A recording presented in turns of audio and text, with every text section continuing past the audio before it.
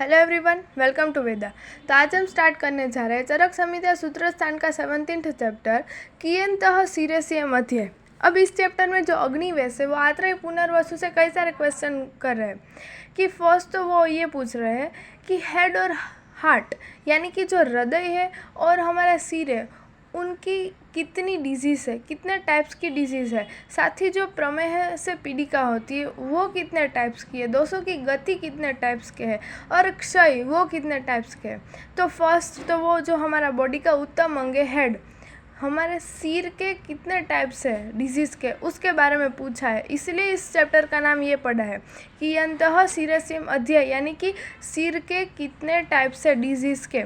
तो उसमें बताया है कि हेड और हार्ट है वो 5 टाइप्स की उसमें डिजीज़ आएगी, प्रमेय पीड़िका जो 7 टाइप्स की है, दोषों की गति जो 3 टाइप्स में है और क्षय जो 18 टाइप्स के है। ये एमसी के लिए आपको याद रखना है। अब फर्स्ट हम जो हेड है उसके बारे में पढ़ेंगे। तो जो हेड है सिर है उसको हमारे बॉडी का सबसे उत्तम अंग बोला है।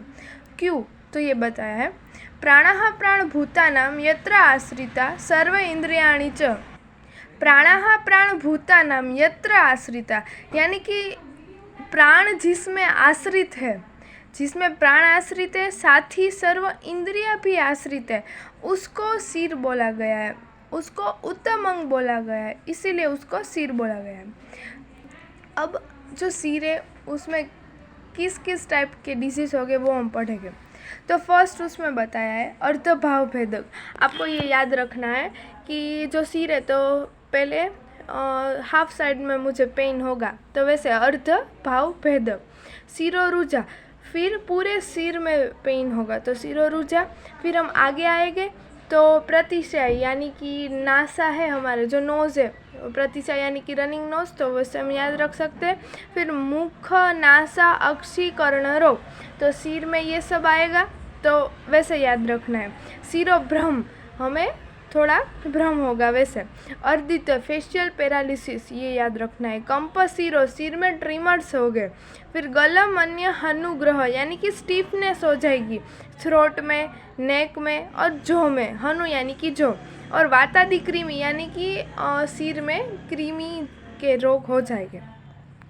अब जो ये सिरोरोग होते हैं तो वो क्यों होते हैं, किसकी वजह से होते हैं ये हम पढ़ेंगे। उसके कोज क्या है तो उसके निदान में है जो श्लोक नंबर 8, 9, 10 है। संधारण दिवा स्वप्न रात्रो जागरण मदात। अब आपको ऐसे याद रखना है कि हम फर्स्ट दिवा स्वप्न कर रहे हैं तो सुबह की जो सारी प्रक्रिया है, दैनिक क्रिया है, वो हम नहीं कर रहे तो उसका हम सप्रेशन करेंगे। तो संधारण यानी कि वात मूत्र पुरुष का हम सप्रेशन करेंगे। क्यों?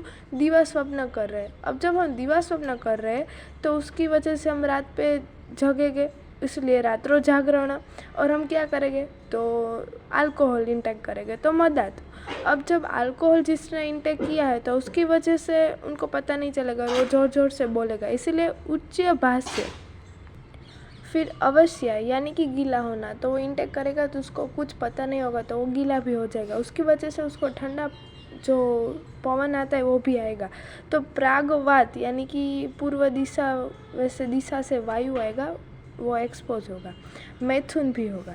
और उसके साथ हम ऐसे भी याद रख सकते हैं कि जो हमें कोई भी टाइप की स्मेल है, खाना है वो नहीं पसंद है तो उसकी वजह से हमें थोड़ा सिर में पेन होता है तो वो असातम्य गंध याद रखना है।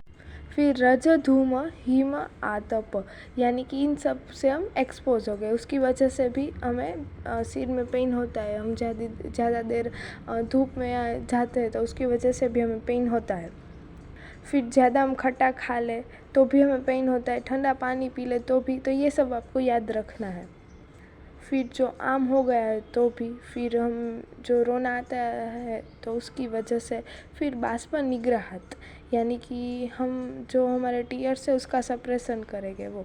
फिर मेघागमन यानी कि आप देख सकते हैं कि आपने कभी फील भी किया होगा कि जब भी आकाश में क्लाउड्स आते हैं तो उसकी वजह से आपको थोड़ा सिर में पेन होता है तो वो भी आप ले सकते हैं। फिर मनसताप यानी कि कई सारी चिंता करना, ज़्यादा चिंता करना, उसकी वजह से भी हमें हेड में पेन हो सकता है। फिर देश काल विपर्यात यानी कि जो हमारा देश है काल है उसके अकॉर्डिंग हम फूड और आहार विहार इंटेक नहीं करते हैं और उसके विपरीत करते हैं तो भी हमें हेड में पेन होता है। फिर वात आदि का प्रकोप होना उसकी वजह से भी। ये एक ट्रिक है आपको याद रखने के लिए, तो उससे आपको इजीली याद हो जाएगा। अब जो शिरोरोग है उनके 5 टाइप्स है। कैसे आपको याद रखना है? वातज, पित्तज, कफज, फिर त्रिदोषज, जो लास्ट है कृमिज। अब फर्स्ट है वातज शिरोरोग। तो आपको ये याद रखना है कि फर्स्ट निदान है तो उसमें ये याद रखना है कि वात हमारी बॉडी में कैसे बढ़ता है उसके रिलेटेड आप लिख सकते हैं। तो फर्स्ट तो अतिभार से उच्चभार से तो भी वात बढ़ता है ज़्यादा बोलने से और लाउड में बोलने से। फिर तीक्ष्ण पानात यानी कि मद्यपान करना ज़्यादा ही। अब जब हम नाइट में जागेंगे तो भी वात बढ़ जाता है तो प्रजागरात। फिर शीत मारुत स्पर्श आदि। फिर व्यवहार सेक्सुअल एक्टिविटी ज़्यादा करने से भी वात बढ़ता है। वेग निग्रह सप्रेशन करना वेग का, उपवास करना, अभिघात यानी कि इंजरी होना, अति विरेक वमन यानी कि जो हमारी शोधन थेरापी वो अति हो जाएगी तो उसके वजह से, बाष्प शोक भय त्रास उसकी वजह से। फिर अति कर्षणात भार मार्ग यानी कि जो हमें वेट है वो ज़्यादा कैरी कर लेते हैं, ट्रैवलिंग ज़्यादा कर लेते हैं, उसकी वजह से हम थक जाते हैं और वात बढ़ जाता है।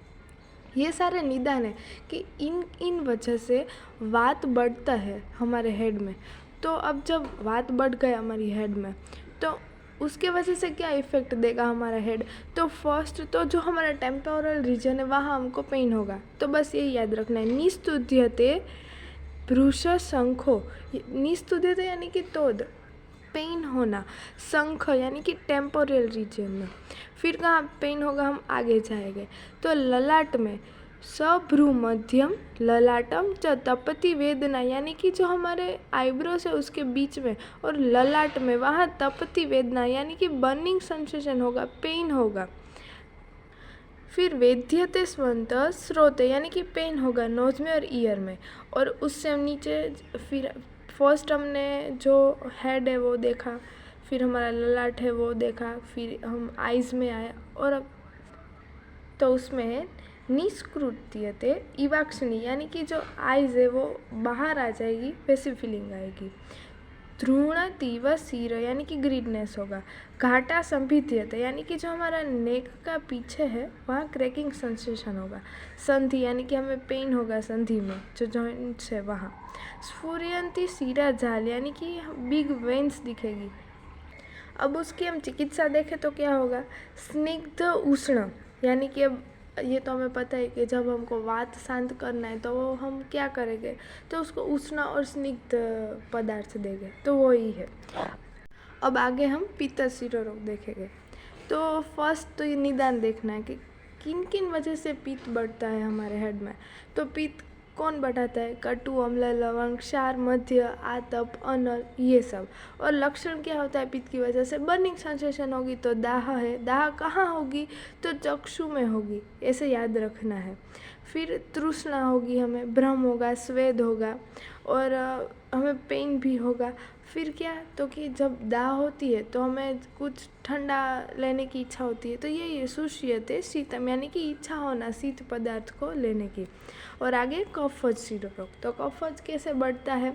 तो उसके निदान क्या है? स्वप्न सुख यानी कि सोना, फिर आस्य सुख ज़्यादा खाना, गुरु स्निग्ध ये सब का ज़्यादा इंटेक करना।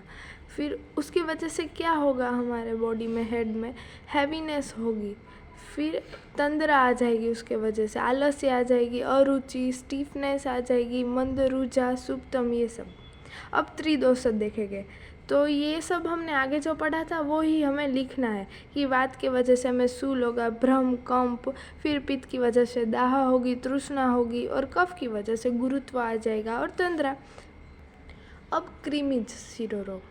तो ये कृमिज शिरोरोग कैसे होता है उसके निदान हम फर्स्ट पढ़ेंगे कि हम एक्सेसिव क्वांटिटी में तिल, क्षीर, गुड़ ये लेंगे, साथ ही हमें अजीर्ण इंडाइजेशन हो गए तो भी उसके साथ हम भोजन ले रहे हैं। फिर पूती यानी कि जो क्लीन न हो, इम्प्योर फूड ले गए, संकीर्ण यानी कि विरुद्ध आहार है वो ले गए, इसकी वजह से हमारे जो हेड है वहाँ क्रीमीज पैदा हो जाते हैं। अब आगे संप्राप्ति पढ़ेंगे।